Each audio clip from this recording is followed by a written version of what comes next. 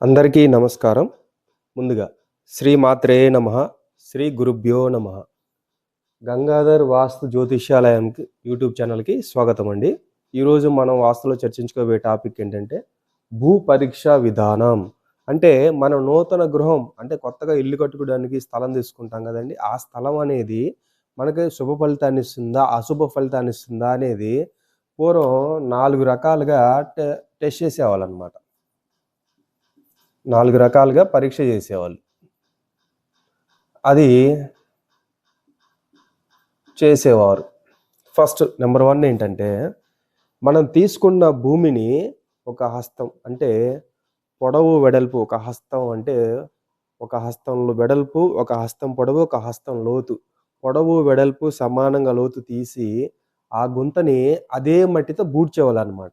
ఆ మట్టి మిగిలితేనేమో ఆ భూమి శ్రేష్టమైనది. అంటే మన గృహ నిర్మాణానికి ఉత్తమమైనది అని అర్థం. ఆ భూమి ఆ మట్టి సరిపోయిందనుకోండి, ఆ గుంత లెవెల్‌కి కరెక్ట్‌గా సరిపోయిందనుకోండి, అది మధ్యమం. అలాగే ఆ మట్టి అనేది ఆ గుంతను పూడ్చడానికి తక్కువైందనుకోండి, అది అశుభకరమైనదిగా భావించేవాళ్ళనమాట. పూర్వం ఇట్లా ఒక రకంగా పరీక్ష చేసేవాళ్ళు, భూ పరీక్ష.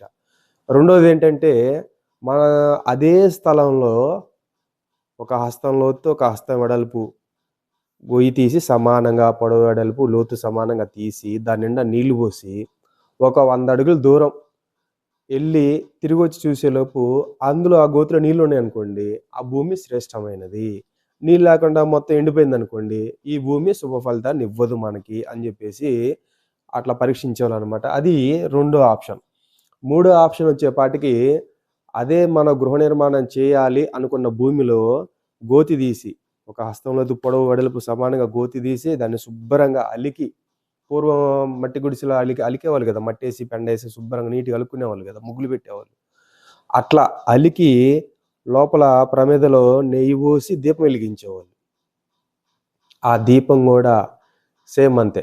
మనం కొంత దూరం వెళ్లి చూసొచ్చే వరకు ఆ దీపం అనేది దేదీప్యమానంగా వెలుగుతా ఉండాలి.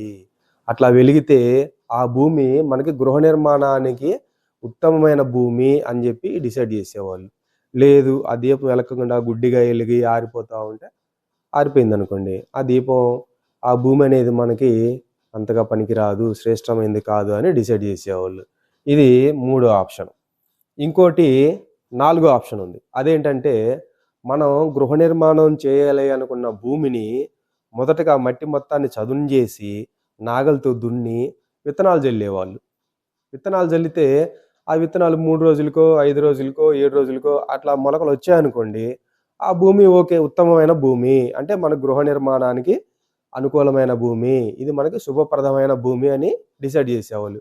లేదు మొలకలు రాలేదు అనుకోండి. ఈ భూమి గృహ నిర్మాణానికి అంత శ్రేయస్కరం కాదు అని జెప్పి డిసైడ్ జేసేవాళ్ళనమాట. ఇది నాలుగో పద్ధతి.